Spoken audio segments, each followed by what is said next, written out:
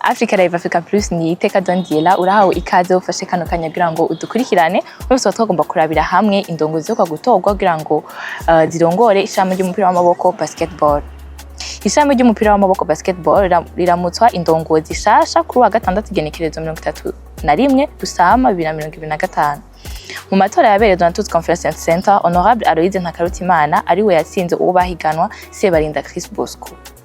Mu ntango hari hategekanije guhiganwa abantu bane, Dr Bonaparte Nidirazana asanzwe ari president wa Club Les Hippos na Jodassin Rukundo asanzwe ari president wa Dynamo BBC bahavuye bikuramo. Sebarinda Chris Bosco asanzwe ari president wa Tiger BBC yaronse amajwi 8 ku bantu 27 batoye, gutyo arushwa na Honorable Aloise Ntakarutimana asanzwe ari munywanyi akomeye cyane umugwi Jimkana yaronse amajwi 19 kuri 27, gutyo atsindira kurongora komite shingwa bikorwa ya FEBABU ikiringo c'imyaka 4.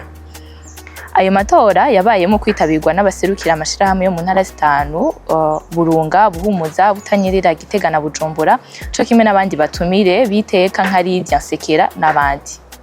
Honorable Aloise Ntakarutimana nka president mushasha wa FEBABU yiyemeje guteza imbere basketball ndetse agashamo n'uburyo bwiwe bwite n'ubuzova mu bafatanya bikorwa partenaire mu rurimi rw'ifaransa.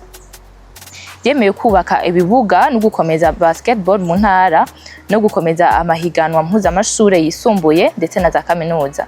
Yiyemeje kandi gutanga miliyoni 50 zo gushigikira basketball, mbere buri shirahamwe ryo mu ntara rikaronswa amahera ashike miliyoni 20 kugira ngo gitunganye neza ritere intambwe mu kuramura imikangara ibushitse.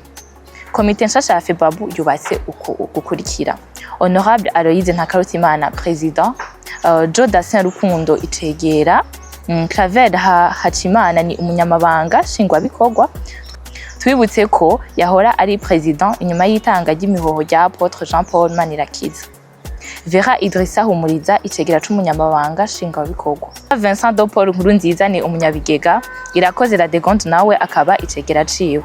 Uri umukozi wa basketball urafise itizere kuri iyi komite Africa Live Africa Plus. Mwakoze kudukurikirana, ntimwagire kugira share, subscribe ndetse na like. Merci beaucoup.